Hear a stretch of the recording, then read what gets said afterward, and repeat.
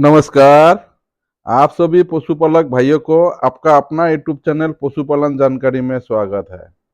जैसे इस वीडियो में देख रहे हैं, ये पशुपालक भाई इतना खुशनसीब है कि इनके पास बहुत अच्छा नस्ल का गाय है और इनको बहुत ही ज़्यादा दूध इनके पास मिल रहा है। तो सब पशुपालक भाई यही उम्मीद करते हैं और वो जो है उस हिसाब से अपना पशु का देखभाल रखता है, लेकिन उस हिसाब से इनको दूध नहीं मिलता है। और जिस हिसाब से बाजार में पशु का दाना, चारा, मेडिसिन सब चीज़ का जो है रेट बढ़ा हुआ है, लेकिन दूध का रेट नहीं बढ़ रहा है। तो जब हम पशुपालक भाई से मिलने जाते हैं, तो पशुपालक भाई का एक ही शिकायत है कि साहब, हमारा जो सा अगला पीढ़ी है, वो जो है पशुपालन जो सा हमारा ये खानदानी हमारा ये व्यवसाय है, इससे जो है मुंह मोड़ रहा है। तो आगे जाके शायद ये जो सा हमारा खानदानी हमारा व्यवसाय है, ये शायद हम लोग कंटिन्यू नहीं कर पाएंगे। तो ये जो है आज की डेट में एकदम जो है हकीकत है, क्योंकि मेरा नाम डॉक्टर जसीजुल इस्लाम है। मैं करीब 29 साल से इसी वेटनरी लाइन पे हूँ। मैं करीब 22 साल कॉमर्शियल डेयरी फार्म पे था।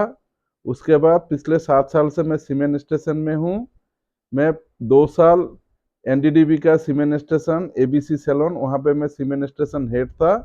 और अभी पिछले 5 साल से ये एबीएस सीमेंट स्टेशन में मैं स्टाफ वेटनरियन हूँ। एबीएस का जितना भी बूल है वो सब मेरे देख रेख में ही है। तो ये पशुपालन और ये डेयरी बिजनेस के ऊपर मेरा करीब 29 साल का एक्सपीरियंस है। तो इस एक्सपीरियंस जो है आज मैं आप लोगों के साथ शेयर करूंगा। तो हमने ये देखा, जब हम कमर्शियल डेयरी फार्म पे थे, तो हमारा जो मैनेजमेंट है हम लोगों को बोलता था, आप जो है अपने हिसाब से गाय खरीद लेके आइए, अपने हिसाब से सीमेंट लेके आइए, लेकिन हमें जो है रिजल्ट चाहिए, हमें जो है प्रेगनेंसी चाहिए, बच्चियाँ चाहिए। तो उस हिसाब से मैं करीब जो है 4 लाख के आसपास जो है मैंने एआई किया हुआ हूँ, मेरा ये मतलब वेटनरी प्रैक्टिस लाइफ में। और मैं कैमरा एआई गैन से करता हूँ।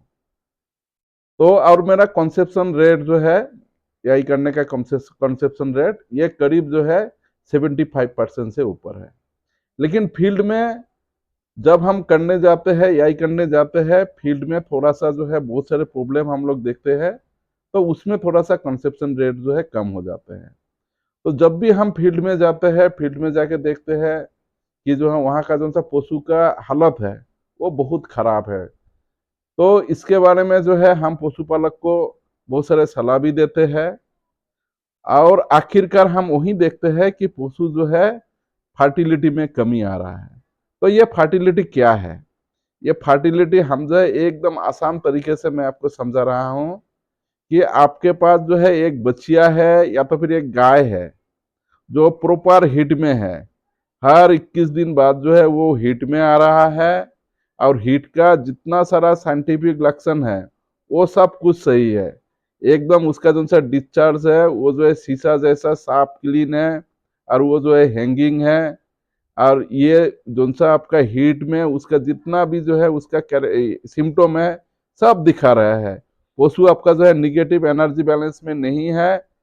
और जो डॉक्टर साहब को आप बुला के लेके आते हैं या तो हम जाके एआई करते हैं, तो उसमें जोन सा भी हमें जो है हम लोग जाते हैं लेट हीट में, मतलब हीट का जो है 16 से 24 घंटे में जाके हम जाके एआई करते हैं। और उसके बाद भी जो है बहुत टाइम जो है पशु प्रेग्नेंट नहीं होता है। मतलब आपका पशु एकदम ठीक है, उसके बाद आप जो सीमेंट यूज कर रहे हैं वो भी आपका ठीक है, उसके बाद जो आप एआई कर रहे हैं डॉक्टर साहब, उसका भी जो थ्रोइंग है, मतलब वो जो है गाय का जो है बॉडी ऑफ द यूटेरस में जो है सीमेंट सीमेंट जो है डाल रहा है, और लेट हीट में डाल रहा है, सब कुछ तरीका सही है। लेकिन लेकिन 3 बार लगातार एआई किया, लेकिन फिर भी आपका गाय जो है प्रेग्नेंट नहीं हुआ। तो इसी को ही हम जो है इनफर्टिलिटी बोलते हैं। मतलब पशु के अंदर बहुत सारे चीज का कमियां हैं, इस वजह से जो है आपका पशु जो है प्रेग्नेंट नहीं हुआ है। हम सब जानते हैं ये जो सा प्रेगनेंसी है प्रेगनेंसी को साइंस के भाषा में बोलते हैं ये एक लग्जरी आइटम है, मतलब विलासिता आइटम है। मतलब पशु तभी हीट में आएगा जब उसका सब मतलब बॉडी का जितना भी रिक्वायरमेंट है वो सब अगर पूरा होगा तभी जो है आपका पशु में जो है प्रेग्नेंट होगा। तो यही चीज जब हम फील्ड में घूमते हैं, फील्ड में हम यही देखते हैं कि ज्यादातर जो है एआईटीज या डॉक्टर साहब सीधा बोलते हैं ये सीमेंट खराब है, या तो गाय खराब है, या तो उसका जो है कभी कभी उसका टेक्निक भी जो है कहीं पे खराब होता है, उसके वजह से भी जो है आपका प्रेगनेंसी नहीं रुकता है। तो ये जोन सा प्रेगनेंसी नहीं रुकना, ये बहुत जो है नुकसानदायक है पशुपालक के लिए, क्योंकि पशुपालक भाई जो है हम जैसे डॉक्टरों को या एआईटीज को भगवान जैसा मानते हैं, क्योंकि वो सोचते हैं जब ये डॉक्टर साहब आएगा और मेरे पशु को जो है यही कराएगा तो मेरे घर में जो है बच्चा पैदा होगा, और जब बच्चा पैदा होगा तब उसका जो सा दूध हम बेचेंगे उससे जो है हमारा खुशहाली होगा घर में। और वो बच्चा भी जब बड़ा हो जाएगा तो उसको भी हम प्रेग्नेंट करा के हमारा घर का जो सा आमदनी है तो उसमें जो है बढ़ोतरी होगा। लेकिन हम सबको ये जानना पड़ेगा कि जोन सा आपका ये फर्टिलिटी है, ये फर्टिलिटी जो है तीन चीज फैक्टर के ऊपर डिपेंड करता है। तो सबसे पहला फैक्टर जो है ये है आपका, जिसको हम मेल फैक्टर बोलते हैं, मतलब बूढ़ के वजह से वो जो है 33% जो है वो जो है उसका जिम्मेदार है। और जो सा फीमेल फैक्टर है, जो सा गाय है या बछिया है, तो उसका भी जो है जिम्मेदारी जो है 33% है। और बाकी 33% जो है जो सा मैनेजमेंटल फैक्टर है। तो ये तीनों मिला के जो है आपका पशु जो है प्रेग्नेंट होगा नहीं होगा उसके ऊपर डिपेंड करता है। हम फील्ड में यही देखते हैं कि आज का पशुपालक भाई जो है मैनेजमेंट के ऊपर जो है 69% खर्चा करता है, और आपका जो सा उसका फोडार मतलब खिलाने पिलाने में करीब जो है आपका 30% खर्चा करता है, और जो सा जेनेटिक्स है जेनेटिक्स के ऊपर खाली जो है 1% खर्चा करता है।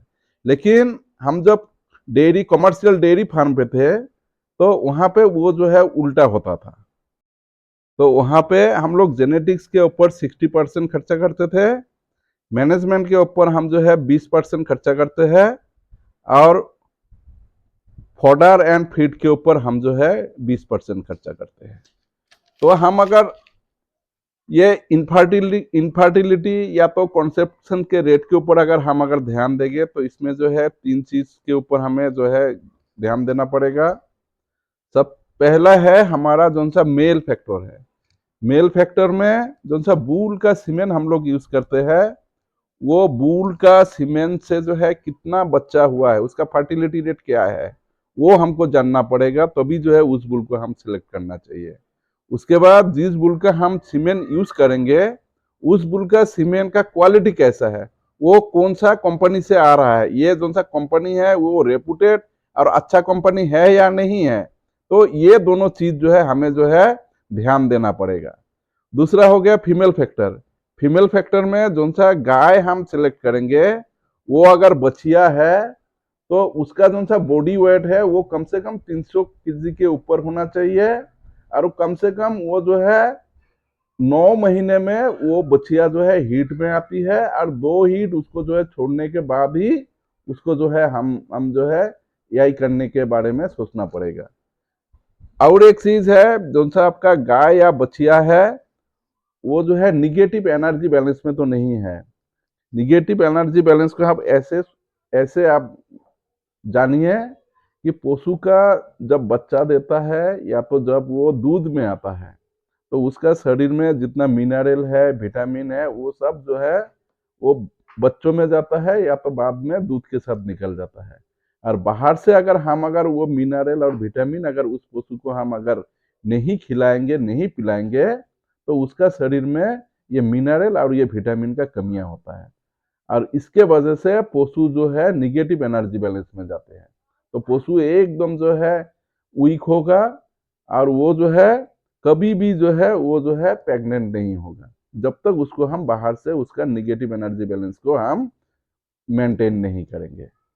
तीसरा हो गया अगर पशु में कोई भी आपका पैथोलॉजिकल डिफेक्ट है, जैसे वो पशु बार बार हिट में आ रही है, वो कीटोसिस में था, या तो जो है उसका जो सा बच्चेदानी है उसमें इन्फेक्शन है, या तो जब बच्चा दिया था, बच्चा देने के बाद उसका जो सा जहर है वो नहीं निकला था, मतलब डिटेंशन ऑफ प्लेसेंटा था। तो ये सब चीज अगर उसको कंट्रोल नहीं करेंगे तो उस पशु से जो है नॉर्मल कंसेप्शन मिलना जो है आपको जो है बहुत जो है कम मिलेगा। और तीसरा जो सा फैक्टर है इनफर्टिलिटी का, वो है मैनेजमेंटल फैक्टर। ये मैनेजमेंटल फैक्टर जो है ये भी 33% जो है जिम्मेदार है। आपको ये देखना पड़ेगा जो पशु को जैसे हम लोग रख रहे हैं उसको जो है अच्छा सा जो है एनवायरनमेंट रखना चाहिए। और ये चीज देखा गया है सर्दी में जो है प्रेगनेंसी ज्यादा होता है और गर्मी में प्रेगनेंसी कम होता है। गर्मी के सीजन में आप पशु को जो है छाए में रखिए, शेड में रखिए। अगर शेड में रखेंगे, शेड का जो सा आपका छत का हाइट है वो कम से कम 15 फीट के ऊपर होना चाहिए। आप अगर आपका टीन का शेड है और उसमें आप अगर सीलिंग फैन लगा रहे हैं तो जो सा धूप आपका जो है टीन शेड के ऊपर पड़ रहा है और उसका गर्मी जो है वो जो सा आपका सीलिंग फैन है वो जो है पशु के ऊपर दे रहा है, तो उससे पशु जो है हपना चालू होता है। तो आप जो है सीलिंग फैन का इस्तेमाल ना करके आप वॉल फैन या तो एग्जॉस्ट फैन का इस्तेमाल कीजिए, ताकि जो अंदर का हवा है उसका हवा जो है सर्कुलेशन में रहे, मतलब अंदर का गर्मी हवा बाहर चले जाए और जो है और वहां पे जो है बाहर का जो सा जो है नमी नमी वाला ठंडा हवा है वो जो है अंदर आ जाए।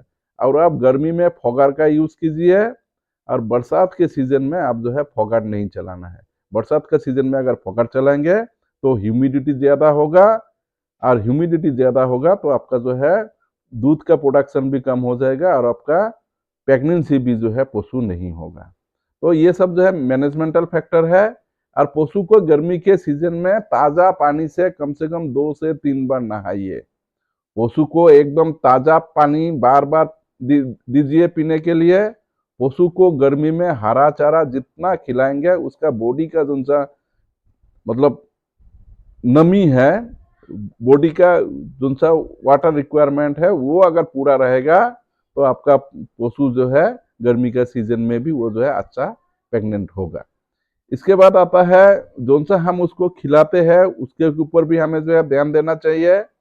और जो सा रिप्यूटेड कंपनी से हम लोग सीमेंट लेके आ रहे हैं, तो कंपनी में तो सीमेंट तो अच्छा बनता है, सीमेंट स्टेशन में तो बहुत अच्छा सीमेंट बनता है, वहां पे कोल्ड चेन मेंटेन होता है।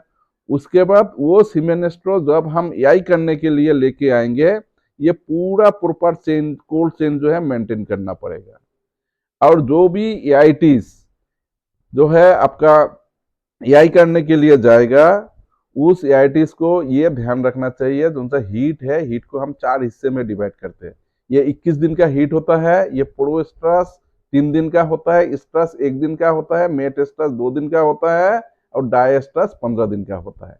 जो सा हीट है वो 1 दिन का, ये 16 से 24 घंटा का होता है। इसको हम 3 हिस्से में इसको डिवाइड करते हैं।